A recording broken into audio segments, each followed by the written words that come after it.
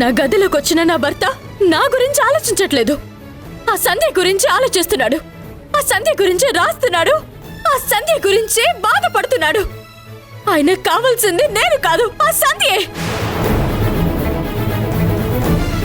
అలాంటి సంధ్య దగ్గరికి నన్ను తీసుకెళ్లి రాజీ చేస్తారా? అంటే సంధ్యని నా భర్తని ఒక్కటి చేసి నేనెళ్ళి దూరంగా నుంచోవాలా?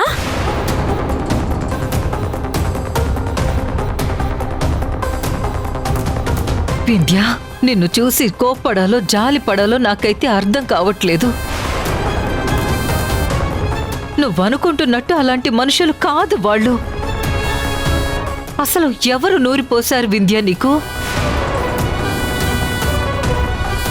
నువ్వు నమ్మేవి ఏవి నిజాలు కావు. నువ్వు ఎందుకు ఇలా ఆలోచిస్తున్నావు వింధ్య? వింధ్య, నువ్వు చెప్పేది అబద్ధం. అది మీరెలా చెప్తున్నారు అత్తయ్య? నా దగ్గర సాక్ష్యాలున్నాయి.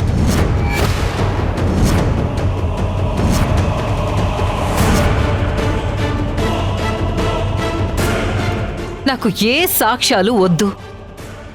నువ్వు ఎంత నిజాయితీగా ఉంటున్నావో ఆ సంధ్య కూడా అంతే నిజాయితీగా ఉంటుంది.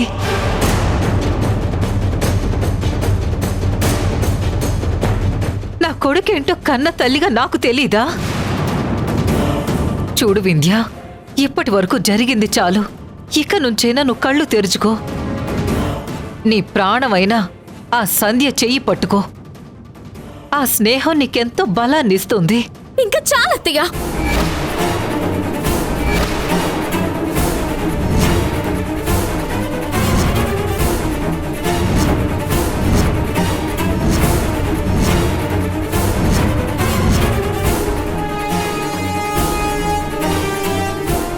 మావయ్య మంచివారు కాబట్టి నా బాధ మీకు తెలియట్లేదు.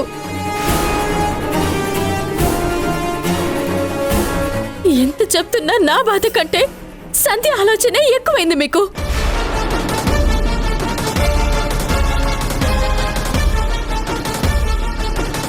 నాకు నా భర్తకి మధ్య సంధ్య ఉంది అంటే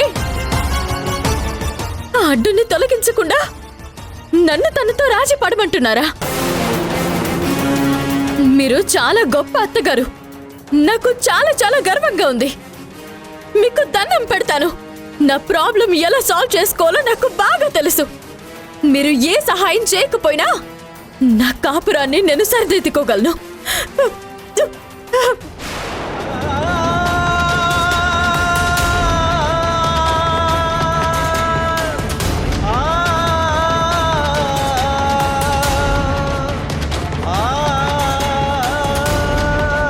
ప్లీజ్ అమ్మా, నువ్వు బాధపడకమ్మా. చెప్పాను కదమ్మా, తనకేం చెప్పినా ఇప్పుడు అర్థం చేసుకునే పరిస్థితిలో లేదు అని. ఏంటి రాజేష్, వింధ్య ఏంట్రా అలా మాట్లాడుతుంది?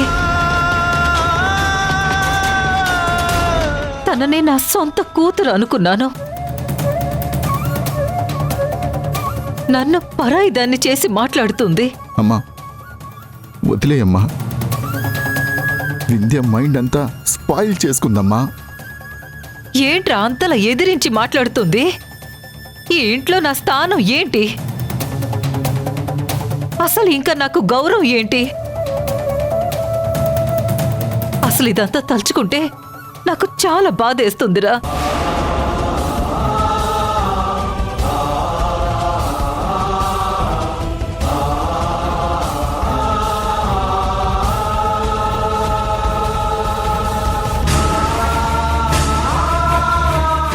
రేయ్ రాజేష్, మీ అమ్మ ఇంతలా బాధపడ్డం నేనెప్పుడూ చూడలేదు.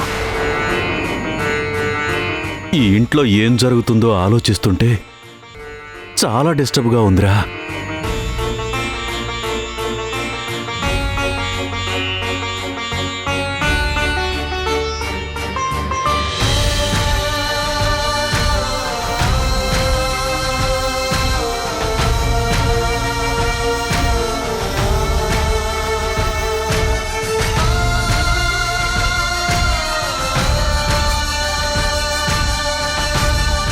ఏంటి ఏంటి బావా ఇది?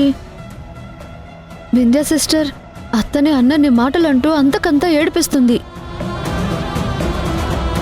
నా కోడలు అని అత్తయ్య ఎప్పుడు వింధ్య సిస్టర్ సంతోషమే కోరుకునేది.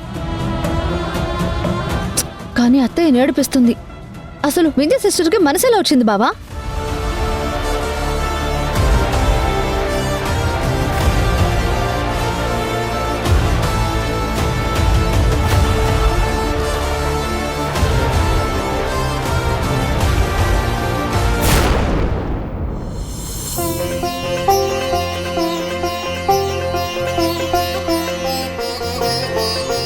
అమ్మా, ఇన్నాళ్ళు నా స్నేహితురాలి వల్ల నేనొక్కదాన్నే బాధపడ్డాను. ఇప్పుడు నా భర్త కూడా బాధపడుతున్నాడు. ఆయనకు అన్ని విషయాలు తెలిసినా, నా స్నేహితురాలు అవమానపరిచినా తన బాధనంతా గుండెల్లో దాచుకున్నాడు. ఆయన ప్రశాంతంగా ఉండేలాగా దీవించు తల్లి. వింధ్య వల్ల నా భర్తకి ఎలాంటి అవమానం జరగకుండా చూడు తల్లి.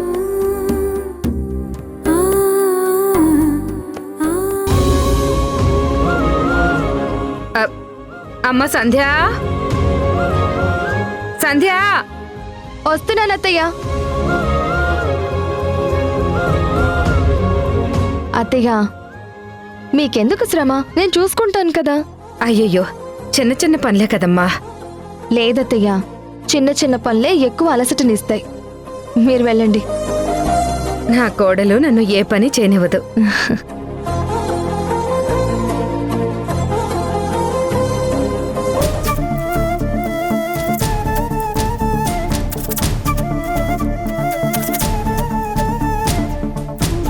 శ్రీకరం, ఏంట్రా అలా డల్గా ఉన్నావేంటి?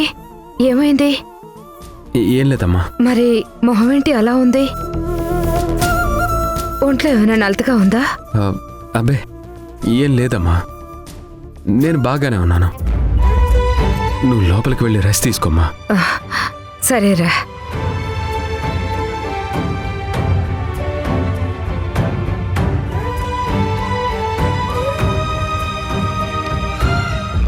ఏమండి, ఆ రోజు మనం లోన్ క్యాన్సిల్ చేసుకోవడానికి బయలుదేరుతుండగానే వింధ్య కాల్ జారి కింద పడిందని మనకి ఫోన్ వచ్చింది.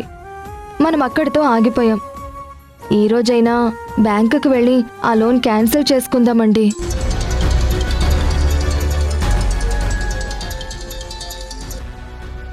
హలో, ఎవరండి?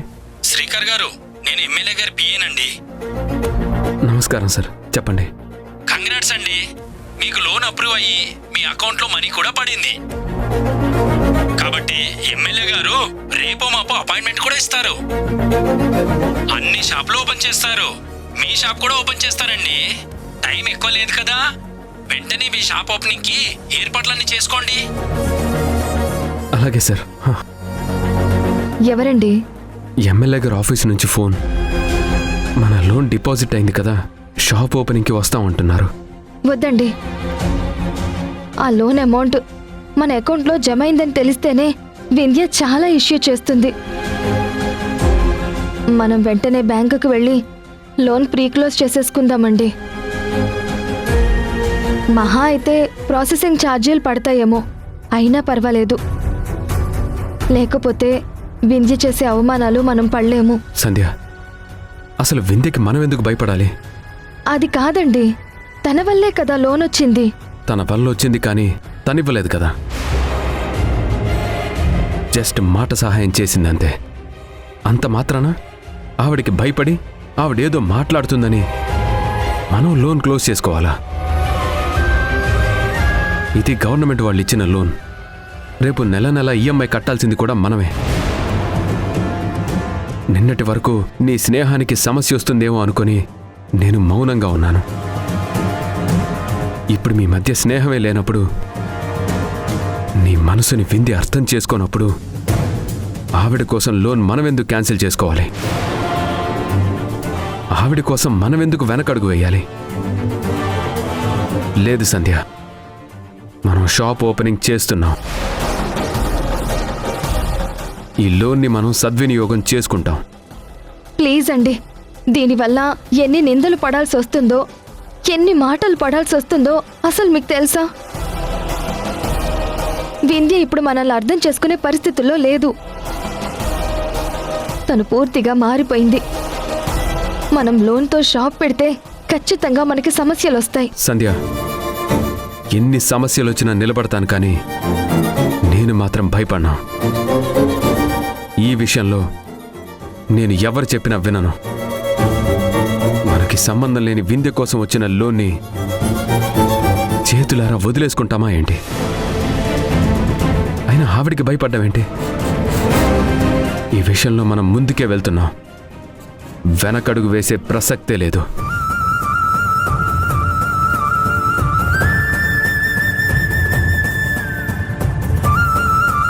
వింధ్యతో ఉన్న సమస్యలు చాలనట్టు మళ్ళీ ఈ కొత్త సమస్య ఏంటి? ఈ విషయం వింధ్యకి తెలిస్తే ఖచ్చితంగా పెద్ద గొడవ చేస్తుంది. నన్నే కాదు, నా భర్తని కూడా మాటలు అంటుంది. ఇప్పుడు ఎలా?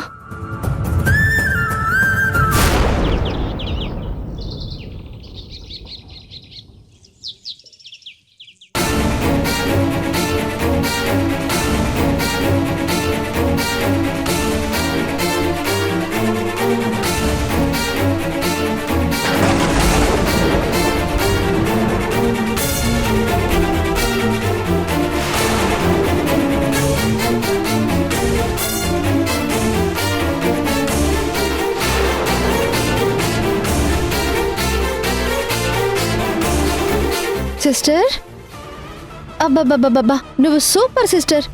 అత్తయ్యకి, మావయ్యకి, రాజేష్ బావకి, చివరికి శ్రీకర్కి కూడా నువ్వు భలే ఇచ్చావు. అసలు నువ్వు ఎప్పుడు బయటపడని నువ్వు ఇంతలాగా బరస్ట్ అవుతావని నేనసలు అనుకోలేదు. నిజంగా నువ్వు అలా ఓపెన్ అవ్వడం 100% కరెక్ట్. చూడు సిస్టర్, ఇంత జరిగిన తర్వాత కూడా సిగ్గు లేకుండా ఆ శ్రీకర్ని సంధ్య ఇక్కడికి పంపించింది. అతనేమో రాయబారం కోసం వచ్చాడు. కానీ వీళ్ళందరిది ఒక ఎత్తు అయితే, ఆ శ్రీకర్ని నువ్వు ఆడుకున్నావు చూసావా? ధోని, విరాట్ కోహ్లీ బౌండర్స్, సిక్సర్లు కొట్టుకున్నట్టు సూపర్గా ఆడుకున్నావు.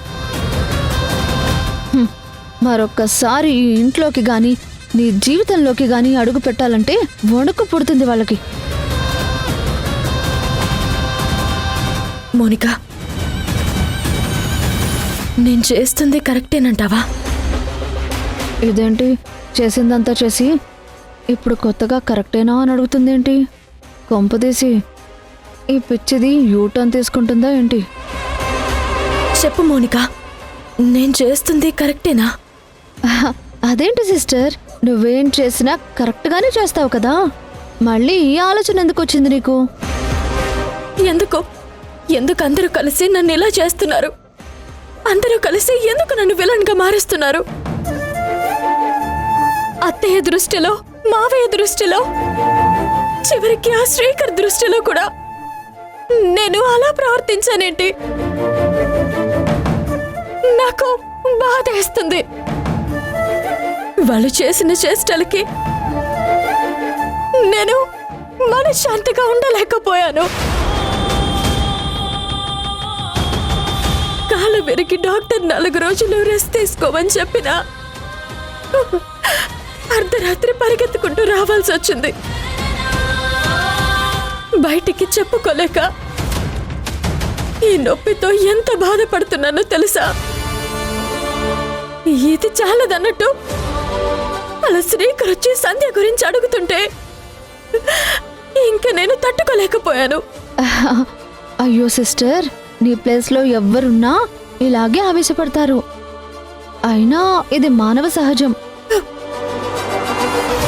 ఒకప్పుడు ఎలా ఉండేదాన్ని, ఇప్పుడు ఎలా అయిపోయాను. అత్తయ్య ముందు, మావయ్య ముందు ఎప్పుడు నేను గట్టిగా మాట్లాడేదాన్నే కాదు, కానీ ఇప్పుడు మాట్లాడాల్సి వస్తుంది. శ్రీకర్ గారు అంటూ గౌరవించేదాన్ని. ఏ శ్రీకర్ అంటూ కనీసం రెస్పెక్ట్ లేకుండా అలా ఆవేశంతో మాట్లాడే పరిస్థితి తీసుకొచ్చింది. దీనంతటికీ కారణం ఆ సంధ్యే కదా. నేనలా మాట్లాడితేనే కదా, నేనలా వాళ్ళని హర్ట్ చేస్తేనే కదా వాళ్ళకి మాకు రాకపోకలు తగ్గుతాయి. నా భర్తకి ఆ సంధ్యకి ఉన్న సంబంధం తెగుతుంది. నేను గత్యంతరం లేక ఇలా మాట్లాడుతున్నాను, తప్పేమీ కాదు కదా. 0.01% కూడా నీ తప్పేం లేదు. ఏ ఆడపిల్లకైనా ముందు పసుపు కుంకాలే ముఖ్యం, తన కుటుంబమే ముఖ్యం, ఆ తర్వాత ఇంకా ఎవరైనా. నీ తాళిని, నీ భర్తని, నీ కుటుంబాన్ని, నీ కుటుంబ గౌరవాన్ని కాపాడుకోవడం కోసం నువ్వు ఇలా మాట్లాడావు. నువ్వు మాట్లాడింది 100% రైట్ అని నేను అప్రిషియేట్ చేయడానికి వస్తే మళ్ళీ నువ్వేంటి నీకు నువ్వే గిల్టీగా ఫీల్ అయిపోయి నేను చేసింది తప్పా రైటా అని అడుగుతున్నావు. నీలో మెతకగా ఉన్న వింధ్య వల్ల నీకు గాని నీ కుటుంబానికి గాని ఎలాంటి ఉపయోగమైనా జరిగిందా? ఈ ఇంట్లో తప్పు జరుగుతున్నప్పుడు దాన్ని సరిదిద్దుకోవాల్సిన బాధ్యత నీకుంది. ఆ సరిదిద్దడంలో భాగంగానే నువ్వు ఇలా చేస్తున్నావు అంతే తప్ప నీ స్వార్థం కోసం నువ్వేమీ అసలు విలన్లా మారలేదు, నెగటివ్గా కూడా తయారవ్వలేదు. పరిస్థితులు నిన్నలా మార్చాయి అంతే సిస్టర్. కానీ నువ్వు ఇలా ఉంటేనే వాళ్ళకి భయం ఉంటుంది. లేదనుకో నీకు తెలియకుండా మళ్ళీ వాళ్ళిద్దరి మధ్య రహస్య సమావేశాలు జరుగుతూనే ఉంటాయి. వాళ్ళిద్దరు అలా కలుసుకుంటూనే ఉంటారు. ఆ నరకంతో పోల్చుకుంటే ఇదెంతా? నువ్వే కరెక్ట్ సిస్టర్. నువ్వు ఇలాగే ఉండు, ఇలాగే మాట్లాడు. నిజమే, నేను ఇలాగే ఉండాలి. అయినా నేనుండడం ఏంటి? నన్నిలాగా మార్చింది వాళ్ళే. నా మొగుడిని కాపాడుకోవడం కోసం, కాపురాన్ని చక్కదిద్దుకోవడం కోసం నా ప్లేస్లో ఎవరున్నా ఇలాగే చేస్తారు. ఎదుటి వాళ్ళని ఇలానే హర్ట్ చేస్తారు. మై డియర్ పిచ్చి వింధ్య, నా మాటలతో నిన్ను ఇన్ఫ్లుయెన్స్ చేసి పాజిటివ్గా ఉన్న నిన్ను మెల్లమెల్లగా అందరి దృష్టిలో విలన్గా మారుస్తున్నాను. లేదంటే నిన్ను ఇంట్లో నుంచి బయటకు పంపించేది ఎలాగా? నీ స్థానం నేను పొందేది ఎలాగా? సో నీ జీవితంలో నేనే అసలైన విలన్ని. అది నీకు ఎప్పటికీ తెలీదు.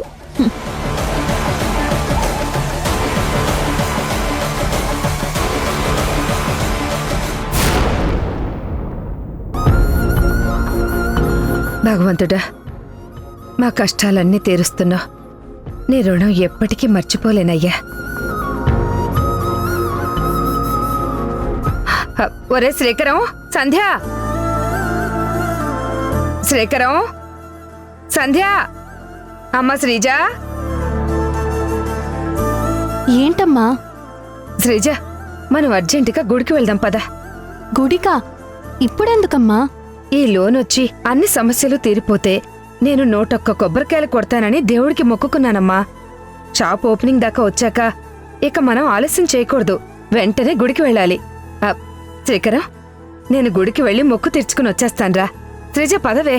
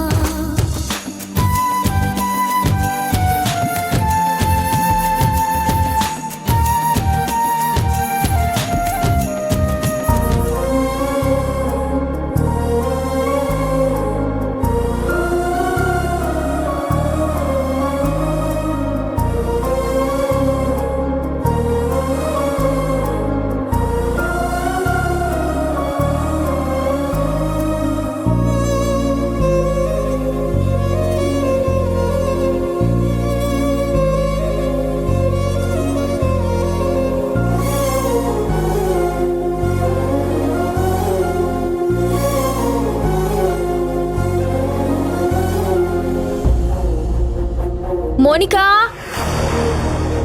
మోనికా ఏంటి సిస్టర్? మోనికా కాస్త హెల్ప్ చేయవా? అందరికీ భోజనం వడ్డించాలి కదా. తిట్టుకున్నా కొట్టుకున్నా ఎవరికి ఇష్టం లేకపోయినా తినాలి, నిద్రపోవాలి, తప్పదు కదా. నిన్ను చూస్తుంటే ఎప్పటికీ నువ్వంత చిక్కవు సిస్టర్. ఇప్పటికిప్పుడు కోపడతావు, ఇప్పుడే సర్దుకుంటావు, ఇప్పుడే బాధపడతావు, ఇప్పుడే నవ్వేస్తావు. నువ్వు చాలా విచిత్రమైన మనిషివి సిస్టర్. ఏమండి ఏమండి ఆగండి. ఏమండి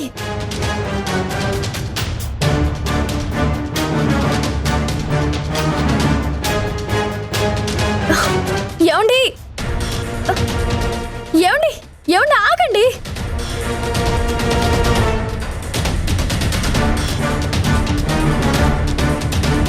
ఏమండి భోంచేశాక వెళ్ళండి, రండి వడ్డిస్తాను. నాకు ఆకలిగా లేదు. ఏమండి నా చేతుల మీదుగా పెడితే మీకు కడుపు నిండదా? సంధ్య చేతుల మీదుగా పెడితేనే మీకు తృప్తిగా ఉంటుందా?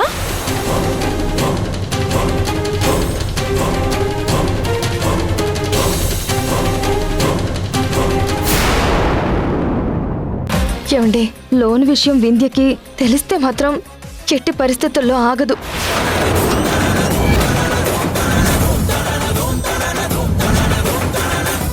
నా ద్వారా, నా మొగుడు ద్వారా వచ్చిన సహాయాన్ని మీరెలా తీసుకుంటున్నారు?